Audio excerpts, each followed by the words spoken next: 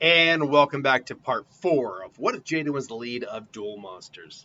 Last time, Jaden had just won Slifer from the hands of Merrick, and Kaiba had just challenged him to a duel. Unfortunately, the learning of his friends being in danger from the rare hunters and Merrick caused that duel to be postponed, as they go to look for him. Ultimately finding Mokuba getting kidnapped and then being led to the top of the skyscraper that they do battle on to win back Mokuba and and Yugi's friends. Sorry that this image is blurry. This is the best one I could find.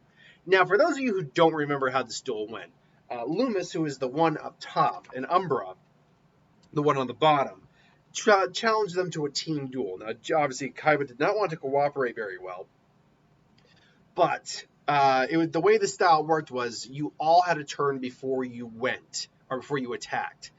It went Loomis up top, then Yugi, then Umbra, then Kaiba. And if one team member's life points dropped, the other one didn't automatically lose, but they'd be in trouble. So, with that being said, how did this duel break down? Well, this duel was a bit more... It was both easier... Spoilers, this is not going to be as quick an episode, or short as episode, or long of an episode as some of the other ones. But B, it's also a little trickier because we never see their hands, Loomis or Umbra. Not only do we never see their hands, I'm not even able to reverse engineer their hands because Yugi plays card destruction at one point. So I gotta basically just go with the way they played it in the series. By the way, someone kind of asked the question of how could I do like a duel simulator kind of thing. There was one they mentioned. I went on there. I'm like, I'm not really in the mood right now to register for anything just so I can do a video.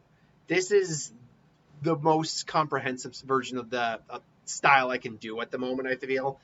And let's be honest, if you're watching this series, I assume you did know how a lot of those duels kind of broke down a little bit. As long as I'm recapping them correctly, should be fine. If that doesn't work for you, that's fine. I understand that. Anyway, moving on. So that now begs the question: how is this duel going to break down? All right. Well, Loomis started off with setting 2 cards and ending their turn. Now Yugi went. Now in this case, it's Jaden. Jaden's hands consists of Kid Guard, or Hero Emerges, Negate Attack, Emergency Provision, Hero Kid, and Hero Barrier. I did this at random. I do it all at random now, but I do also say that the first 5 cards aren't really gelling well enough. Then I'll do like a little miracle draw for the 6th card they draw. In this case, Kid Guard was selected, but there was no creatures in the hand, so Hero Kid was selected. So in this case, Jaden selects Hero Kid, summons him in defense mode. Jaden also decides to set Negate Attack, Emergency Provision, and Kid Guard. Now, why not set the other 2? Well, A, he still wants to keep some of his field clear in case he ends up getting a spell or trap to set, or a better trap or a different spell to play. Now, you may say, well, he's got Emergency Provision. True, but he also still wants to be able to use the 2 cards he's got set right now. And B, there's no reason to set Emergency Hero Emerges right now. He has no creature in his hand.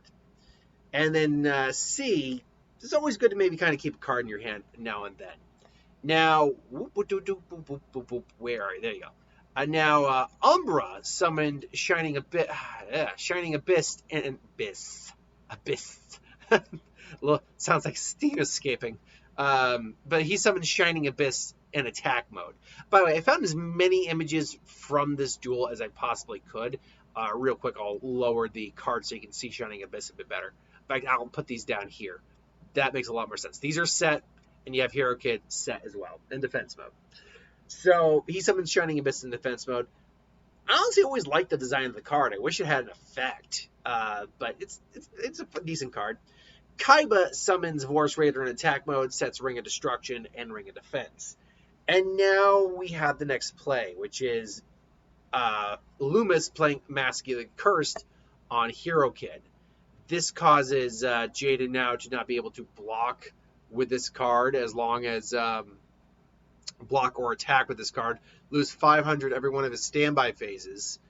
And he is And if it's the only creature on his field, he cannot block. So Jaden now is in trouble. He loses 500 life points, putting him at 3,500.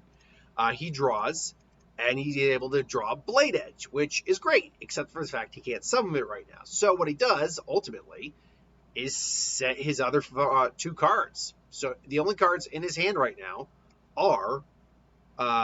the only card in his hand right now... Ooh, oh, I didn't realize I could do that. I've done this for so long, and how did I not realize I could do that? So 1 second. What was the thing that did? Okay, so let me get Hero Kid back here 1 second. Oh, you can learn something new every day. Yay, Hero Kid's in defense mode. You're really happy about that. It's such a basic thing I should have known I could have done. Oh well, now I know I can do it, and that makes things actually a lot more coherent.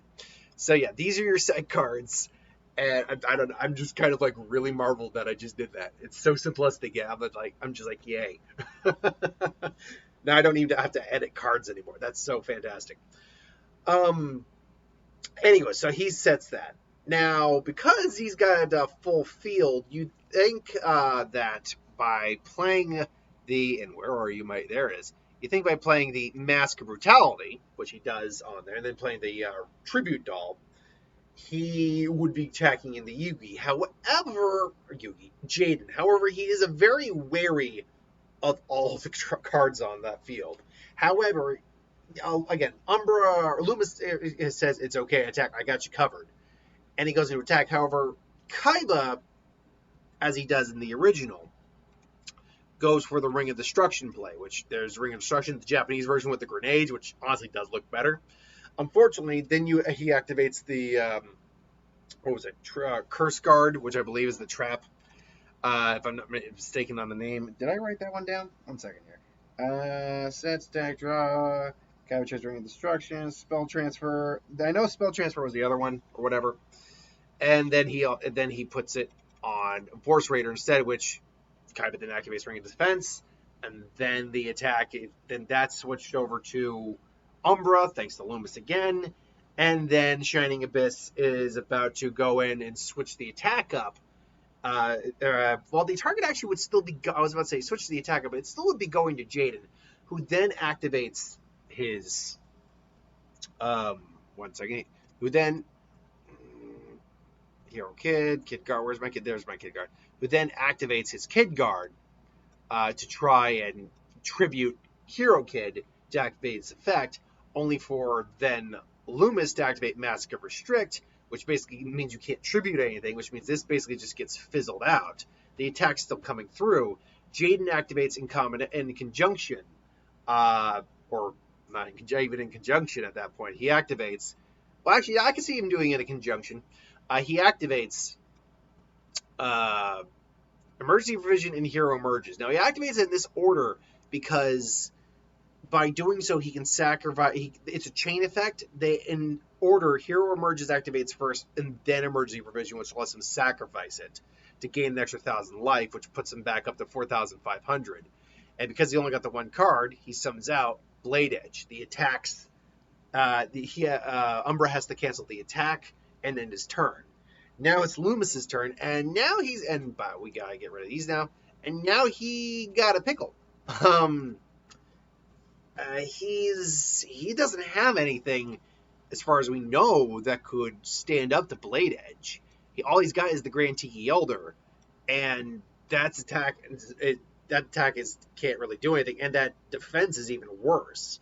So he does his best to maybe maybe he has a Mask of Weakness in his hand, maybe, but I doubt it. Otherwise, he would have said it, just like Umbra would have. So he has to end this. He summons the Grand Tiki Elder in attack mode, and just to kind of protect his life points. Jaden then draws his card, and it's honestly the last card of the duel we're really going to talk about. Sparkman. The reason for this is very big. He looks at Kaiba. They've probably been bickering back and forth this whole time. But they look at each other, and there's that silent agreement. He kind of has an idea about what Kaiba's got going on. And so he summons Sparkman. He attacks Tiki Elder with Sparkman. Loomis loses 100 life points. He attacks the Shining Abyss with Blade Edge, and they trade, and he ends his turn. Now, Umbra, unfortunately, did have the Mass Beast ritual in his hand, but my best guess is he did not have the creatures in his hand to activate it. He had the ritual creature card as well, but he did not. I do not think he had the creatures in his hand, because you can use creatures in your hand for ritual spells, but he used the creatures on the field instead. And so I think what he does is he lays down the Massive Restrict, which I believe we know he had. And then, he ends his turn, which Kaiba then activates Monster Reborn, bringing back Jaden's Blade Edge. And at that point, now he's going a whole ham into Loomis. Umbra weakens the Blade Edge, but he still loses the 1900. At this point now, it's just a matter of Jaden and Kaiba weakening and just going to town. And actually, I should take that back, because he's also got Battle Locks in his hand, which means he can actually pretty much wipe out most, if not both of them. In fact, he probably would be he'd probably aim towards Loomis to finish him off. Umbra would save Loomis just barely, because let's see, in total that would be 43. Minus 7 would be 34. It would be minus 7 would be, what am I talking about? 30, be 36. And so Loomis would be down to 300. Then Loomis would go, and he would be pretty. I mean, maybe. You could argue maybe he had a Melkid in his hand, because he did play Melkid, the four-faced beast. But this was after the card destruction, though, so maybe he had that in his hand. Sparkman, Jaden would draw. It could be anything from. Let's make the argument and say that it's Spark Blaster, and he does it to change Melkid's battle position, and he just destroys Melkid. And then Umbra has to go, and he's now fighting an uphill battle. If he's lucky, maybe he could get his Mass Beast out, but it's debatable. And even then, Jaden still has both the Hero Barrier and then the Negate attack, which could negate the Mass Beast, and then they could work around that. And the Mass Beast actually does not have a lot of defense, so he could easily use Spark Blaster again to change the defense, or change its battle position, theoretically. And either way, yeah, at this point now, Umbra and Loomis are pretty done. Like, they're pretty done at this point. It would just be waiting for the Reaper to come and take them. So that's how that ends. They're able to get Mokuba back, but in doing so, they find that Merrick has in fact caught their friends, and the Jaden Joey duel would begin. Now, I do have the Jaden Joey duel written down here. I don't have it prepared. However, just for the sake of speeding things along in the what if a little, because it also would be a short video if let me tell you right now, it'd be an intensely short video for the Joey fight. So you know what? I'm going to do something I wouldn't normally do here. I will continue past the duel we have here, because we're at, 13 minutes? That's a pretty decent place to normally stop. But, I like that image. But it's a pretty good place to normally stop. So this one is just, I'm just going to tell you what happens. No visual aid, just so we can move on to some of the more impactful duels and the longer lasting duels. So obviously Jaden is hell-bent on getting his friends. The Pharaoh, by the way, would still be in control here, I think. Because he still would have been in control with the Slifer duel. Jaden hasn't taken control back yet. And so, obviously, Merrick explains the rules as Joey. That, all right, you're going to be locked here. There's going to be an anchor. We got an hour to finish this duel. If neither of us win by then, we're going to drop and fall into the ocean dead. And, yeah, so... and Tay is also going to be, she's going to be, her life's on the line. She has the giant metal freight. Freight? I can't remember what it's called. It's not a freight. It's a cargo carrier, cargo hull, not cargo hull. They're the giant metal boxes. Why am I blanking on their names? Anyway, I don't know. And so the duel begins. Now, because Red Eyes is, and Jaden still puts Red Eyes in his deck. He still puts Red Eyes in his deck because he thinks that might get Joey to waken up. Now, because I can't control when Red Eyes would show up, technically, I'm actually going to have the hand start with Red Eyes in it. So he has Red Eyes, a Hero Emerges, Sparkman, Avion, Mirage of Nightmare, and Fusion Recovery. Jaden would start off by summoning Avion in defense mode. He sets Hero Emerges, and he sets Mirage. So he's still got Fusion Recovery in his hand. He's still got, obviously, Sparkman. He's still got Red Eyes Black Dragon. Now, Joey opens up with a volley of Raigeki, of all things. And he summons Alligator Sword. Granted, he just used... That was a terrible way to use Raigeki, by the way. Just killing one. Unless the monster is so overwhelmingly powerful that you just need to get rid of it. Raigeki-ing one monster is not worth it. You save Raigeki for a board wipe or the big boss that's going to beat you. But anyway, he summons Alligator Sword. He goes in for the direct attack. However, Jaden activates a Hero Emerges, and he just, he holds the hand up, and he says, pick a card. Now, granted, Jaden the Ferals realizes, like, if I should have set Fusion Recovery. If I had done that, he would have definitely picked one of the two. But it's like, come on, heart of the cards. It's like, fine, the one in the middle. And he smiles like, you just chose the card that's going to help save my friend. Red Eyes Black Dragon. And Red Eyes comes out. What? It's the card I gave you. My Red Eyes. Come on, Joey. Step out of it. No. It doesn't matter. And he calls out the attack. It's like, yeah, it completely matters. He draws Hero Kid. It's actually not going to matter at this point what he draws, because he summons Sparkman. He wastes Alligator Sword, which would be 900 damage, and the hits for 1600, which is ultimately 27 points of damage, or 2700 in damage. So Joey just got his teeth kicked in. Joe anyway. He plays Hitotama, does the 500 points of damage. He probably has creature. He was playing really conservative. Like Merrick, when he dueled through his rare hunters, was a pretty shit duelist when you really think about it. Because the rare hunter who with the Exodia card was not Merrick dueling. Neither was Arcana. Strings was. And the deck was kind of broken, but that's because it was anime logic deck. Well, like, card save return, drawing 3 cards, and Revile Jam. So that deck was kind of broken. But, yeah, the deck he gave Joey really wasn't all that good when you break it down. Granted, by Battle City terms it was, because there was a lot of illegal cards in there for Battle City, particularly direct damage cards.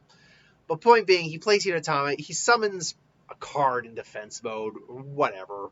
Maybe Rocket Warrior, maybe he's got Scapegoat, whatever. And at that point now, it's all a matter of Jaden trying to help Joey remember who he is. That's why this duel is going to be so short, because it's more about the attempt to bring Joey back. Because summoning the Rise on the field was a big part of it, but him constantly giving his thing, Jaden eventually giving him his Millennium Puzzle to help him out, and ultimately Jaden and Joey both, Joey snaps out of it. It's like, Yogi, I know you can do it. Joey, there's just one thing to do. If we both surrender at the same time, that should unlock the box, which, yeah, logic would dictate technically you both lose, so wouldn't that have unlocked the box? Just saying. So they do it, and sure enough, the box unlocks. And, they get their keys, and everything's fine. They save Taya. Kaiba throws his card. If I remember correctly, didn't he throw his blue eyes at the guy? Like, Kaiba, maybe throw one of your lesser cards? I don't know. Any of your other cards that there aren't just 4 of in the world? So anyway, yeah, and then Serenity shows up. Joey meets his sister, gives her a hug. Everything's all well and good. Jaden gets his puzzle back. He thanks the Pharaoh for everything, but it was something he had to do, and the Pharaoh understands. And so they go to meet up on the Battle City blimp. Nothing of real consequence would happen here, except for the fact that, Kaiba tells Joey tells Jaden to use his. You better start using your Egyptian God card because I will, and I will beat you. And so we will catch up now after the fact with Jaden going up against Bakura. And I'm going to be honest, that fight might go really quick depending on what Jaden's opening hand is for that duel. If he gets a big fusion, he's going to wipe the floor with Bakura before Bakura ever gets the chance to do anything. But I digress. We still got a ways to go before that. Anyway, thanks for watching. I hope you enjoyed. Like, comment, share, subscribe, and I'll see you folks later.